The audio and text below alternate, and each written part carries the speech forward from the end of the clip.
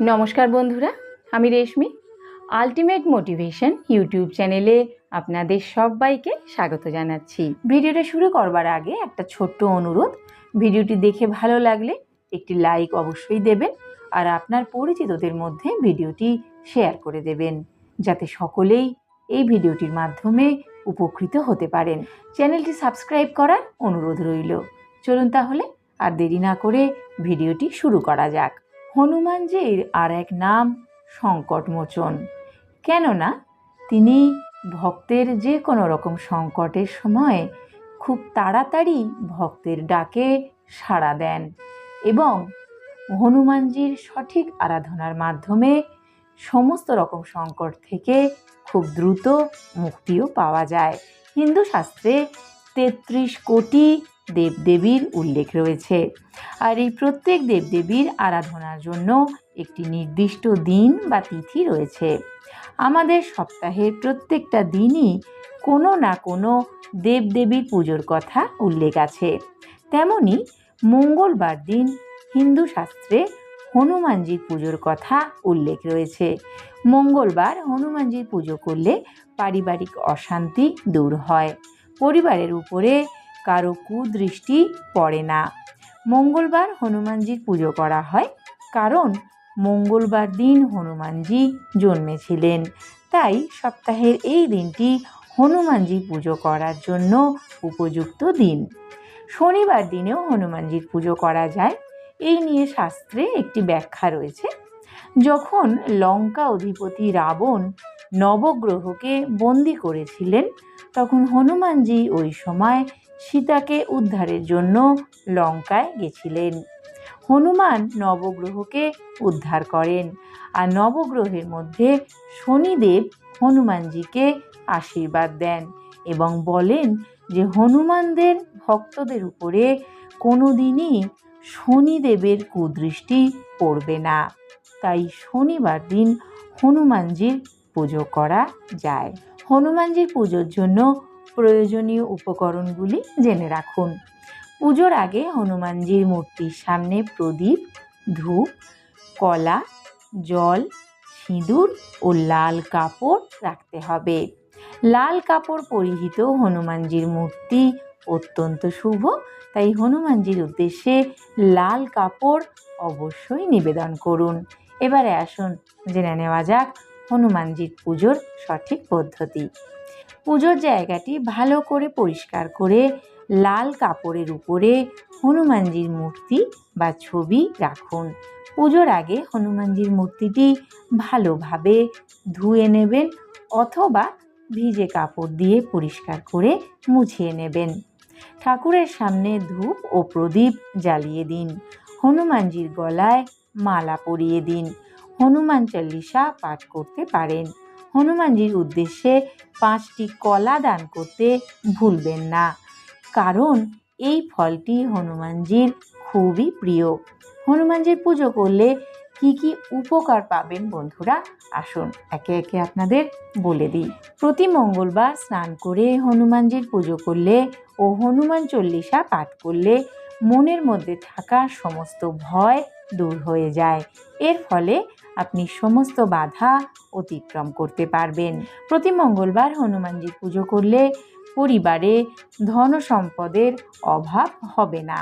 নিয়ম করে হনুমানজির পুজো করলে আপনার মনের সমস্ত ইচ্ছা পূরণ হয় এবং আপনি মনের মতো পেশার সঙ্গে যুক্ত হতে পারবেন। হনুমানজির পুজো করলে আপনার বুদ্ধির ধার বাড়বে, আপনি সহজেই সব কিছু জয় করতে পারবেন। প্রতিদিনই হনুমানজির পুজো করা খুবই শুভ, তবে মঙ্গলবার ও শনিবার দিন হনুমানজির পুজো অর্চনা করলে ভালো ফল পাওয়া যাবে। বজরংবলীর পুজো করলে আপনার বল, বুদ্ধি ও বিদ্যা অর্জন খুব দ্রুত এবং সহজেই হয়ে যাবে। হনুমানজির পুজো করলে সকল প্রকার রোগ নিরাময় হয়। হনুমানজির পুজো অত্যন্ত উপকারী এবং অত্যন্ত শুভ।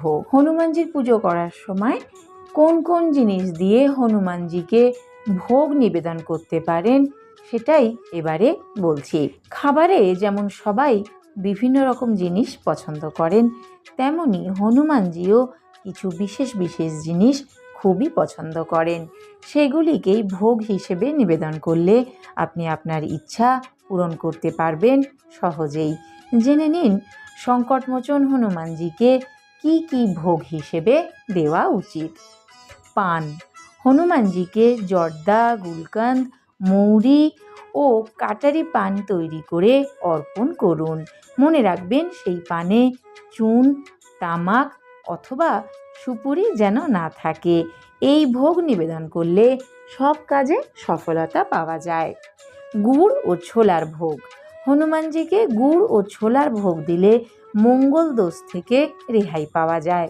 যদি ভোগ নিবেদন করবার মতন কিছুই না থাকে তাহলে শুধু গুড় ও ছোলা দিয়েও হনুমানজিকে প্রসন্ন করা যায়। তাই প্রত্যেক মঙ্গলবার ও শনিবার গুড় ছোলা ভোগ দিলে আপনার জীবনের সব সমস্যা খুব সহজেই দূর হয়ে যাবে। কেশর ভাত। হনুমানজিকে কেশর ভাতের ভোগ দিতেই পারেন। কেউ যদি 5টি মঙ্গলবার হনুমানজিকে কেশর ভাত দিতে পারেন তাহলে তার জীবনের সব ধরনের সমস্যার সমাধান হয়ে যাবে। মিষ্টি রুটি। হনুমানজি মঙ্গলবার দিন মিষ্টি রুটি বা রুটি ভোগ হিসেবে খেতে পছন্দ করবেন। এটি বিশ্বাস করা হয় যে এইটি আপনি যদি ভোগ হিসেবে দিতে পারেন তাহলে আপনি আপনার কাঙ্ক্ষিত ফল লাভ করতে পারবেন। গমের আটার সঙ্গে গুড়, এলাচ, নারকেলের গুঁড়ো, ঘি ও দুধ ইত্যাদি মিশিয়ে রুটি তৈরি করুন। অনেক জায়গাতেই এই রুটি সেঁকা হয়, অন্যান্য জায়গায় এটি ভাজা হয় এবং পুরীর মতন বানিয়ে দেওয়া হয়। লাড্ডু। লাড্ডু হনুমানজির খুবই পছন্দের একটি খাবার। এটি নবগ্রহের শুভ প্রভাব আপনার জীবনে এনে দেয়। হনুমানজিকে বেসনের লাড্ডুও দেওয়া হয়, তবে বোঁদের লাড্ডু সমস্ত গ্রহকে নিয়ন্ত্রণ করতে পারে, যেখানে বেসনের লাড্ডু অর্পণ করা কয়েকটি গ্রহকেই নিয়ন্ত্রণ করে বলে মনে করা হয়। পঞ্চমেওয়া। হনুমানজিকে পঞ্চমেওয়ার ভোগও দিতে পারেন। কাজু, বাদাম, কিশমিশ সহ 5 রকম মেওয়া ভোগ হিসেবে দিলে হনুমানজি খুবই প্রসন্ন হন এবং ভক্তের ওপরে হনুমানজির কৃপা দৃষ্টি বজায় থাকে। জিলিপি। হনুমানজিও জিলিপি খেতে খুবই পছন্দ করেন। যদিও আপনি যে কোনো দিন হনুমানজিকে জিলিপি নিবেদন করতেই পারেন, তবে মঙ্গলবার এবং শনিবার নিবেদন করলে বেশি ভালো ফল পাওয়া যায়। বন্ধুরা, এই ছিল আমার আজকের ভিডিও।